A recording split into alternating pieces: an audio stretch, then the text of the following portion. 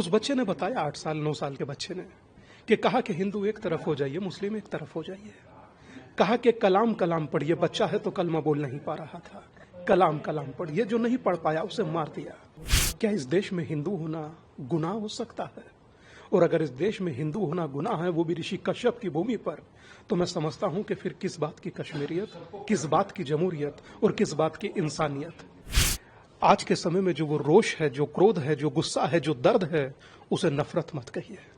उसे नफरत कहकर आप जो 26 लोग अपने प्राण त्याग दिए हैं, मार दिए गए हैं हिंदू होने के नाते, मुझे लगता है कि उनके साथ नाइंसाफी है। तो मुझे लगता है कि जिन आतंकियों को पकड़कर मार रहे हैं, उससे ज्यादा जरूरी है उन लोगों के साथ हैप्पी दिवाली बनाई जाए जो इनको भेजते हैं। नजीर पेश किया जाए जो वहां से जर्नल खड़ा होकर कहता है कि देश की शुरुआत कलमे से हुई है, और अगले 4 दिनों बाद वही आतंकी कलमा पढ़कर लोगों को मार डालते हैं। मैं समझता हूं कि इस सदी का सबसे हृदय विदारक, सबसे दुखद, आत्मा को झंझोड़ने वाला ये घटना है। आज तक मैंने नहीं देखा जिसमें धर्म पूछा गया हो, और उस 8 साल के बच्चे ने वो सब कहा जो इस देश का सो कॉल्ड इंटेलेक्चुअल और बुद्धिजीवी कहने में तड़प रहा है। उस बच्चे ने बताया 8 साल 9 साल के बच्चे ने कि कहा कि हिंदू एक तरफ हो जाइए, मुस्लिम एक तरफ हो जाइए। कहा कि कलाम कलाम पढ़िए, बच्चा है तो कलमा बोल नहीं पा रहा था। कलाम कलाम पढ़िए, जो नहीं पढ़ पाया उसे मार दिया। क्या इस देश में हिंदू होना गुनाह हो सकता है? और अगर इस देश में हिंदू होना गुनाह है, वो भी ऋषि कश्यप की भूमि पर, तो मैं समझता हूं कि फिर किस बात की कश्मीरियत, किस बात की जमहूरियत और किस बात की इंसानियत। कहां है वो मानवता के चैंपियन और यूएन भाग भाग कर जाने वाले? बताइए तो सही, इन निर्दोष पर्यटकों का, जो निर्दोष पर्यटक थे, इनका कसूर क्या था? कश्मीर जाना, हिंदू होना, क्या कसूर था इनका? मैं समझता हूं कि इससे दुखद और दर्दनाक नहीं हो सकता, और सरकार को जितना भी ताकत से हो सके जवाब देना चाहिए। इसलिए जवाब देना चाहिए कि देश टकटकी लगाए देख रहा है। आज मां पीतांबरा का जयंती है, शत्रुओं पर विजय पाने का दिन। तो मैं समझता हूं कि परमात्मा सुने और जवाब ऐसा दिया जाए कि आने वाली पीढ़ियों को तंग ना किया जाए, आने वाली नस्लों को काफिर कहकर मजहब पूछकर ना मारा जाए, धर्म पूछकर ना मारा जाए। ये इंसानियत नहीं है।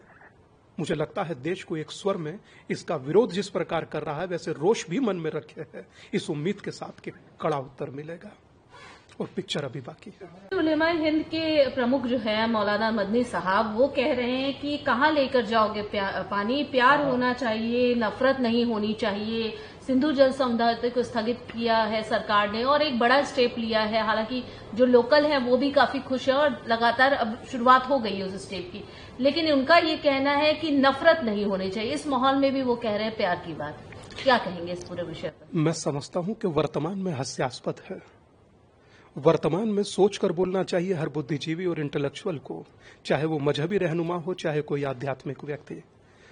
आज के समय में जो वो रोष है, जो क्रोध है, जो गुस्सा है, जो दर्द है, उसे नफरत मत कहिए।